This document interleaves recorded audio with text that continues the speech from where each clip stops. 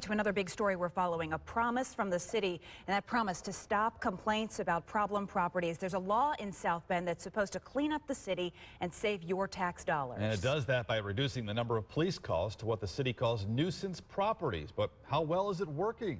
WSBT's Kelli Stopczynski took a closer look, and Kelli, you saw the list. There's only one house on it. Rick, it's the nuisance property ordinance. You might remember the city rolled it out about 8 months ago. Since then, it's identified 235 problem properties. They're working with the city to clean up their act. 25 of those got warning letters. All but one appealed.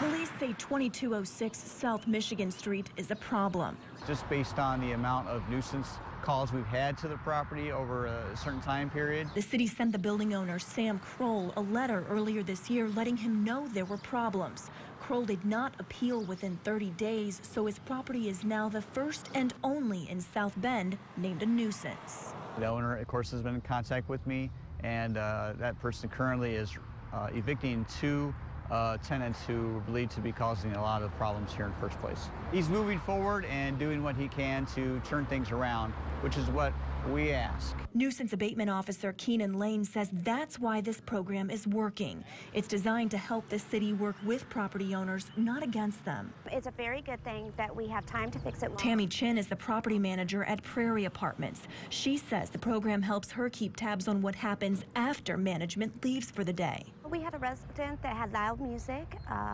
They were pulled over. They ran the plate. They had a warrant out for their arrest, and this allowed us to be aware of the warrant that was out there. Then we went in and filed for eviction and got immediate possession. It's 100% about accountability. City Councilman Tim Scott got the idea for the program from a city in Washington State after he saw how much money repeat calls to places like Miami Hills and Courtyard Apartments cost South Bend police. It doesn't matter if you live in South Bend, Granger, California, or whatever. You still need to be a good neighbor and be responsible for the tenants and the property that you own within South Bend. Once they're on the chronic nuisance list, properties stay there for a year. Any verified complaint during that time gets the landlord a minimum $250 fine.